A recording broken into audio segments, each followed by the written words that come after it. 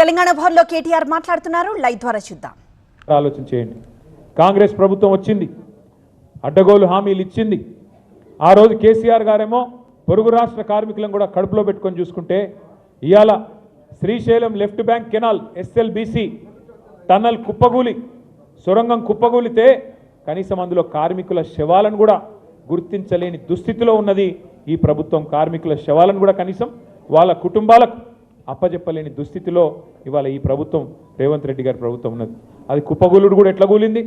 ఈ ప్రభుత్వం యొక్క అవినీతి వల్ల, ఈ ప్రభుత్వం యొక్క అసమర్థత వల్ల, కేవలం వీళ్ళ చాతగాంతనం వల్లనే జరిగింది తప్ప ఇంకోటి కానీ కాదు.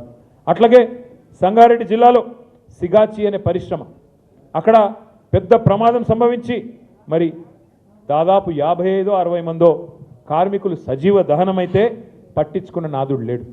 ముఖ్యమంత్రి గారు ఒక పత్రికా ప్రకటన మాత్రం ఇచ్చిండు, ₹1 కోటి నష్టపరిహారం ఇస్తా అన్నాడు. కానీ ఇంతవరకు ఒక్క కార్మికుడు కూడా ₹1 కోటి రాలేదు. ఇది వాస్తవం.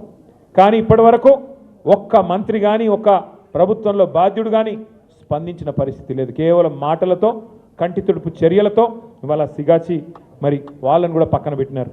అన్నిటికన్నా ఘోరం ఏంటంటే, వలస వచ్చి బతుకుదేరు కోసం ఇక్కడికి వచ్చిన, నగరానికి వచ్చిన కూలీలు, కార్మికుల ఇండ్ల మీదకి బుల్డోజర్లు పంపిస్తున్నాడు. ఇప్పుడే మా శ్రీనివాస్ గౌడన్న యాద్ చేస్తున్నాడు.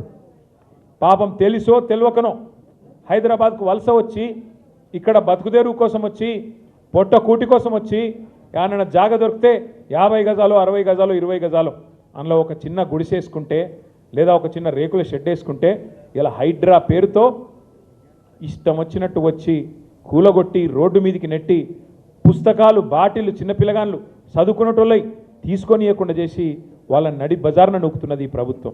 అందుకే నేనంట, ఈ ప్రభుత్వం, కాంగ్రెస్ ప్రభుత్వం కట్టే కొట్టే తెచ్చే అన్నట్టు చెప్పాలంటే ఏమున్నది గర్వకారణం? ఈ ప్రభుత్వం చూస్తే కూల్చివేతలు, ఎగవేతలు, పేల్చివేతలు అన్నీ ఎగ్గొట్టుడేనా.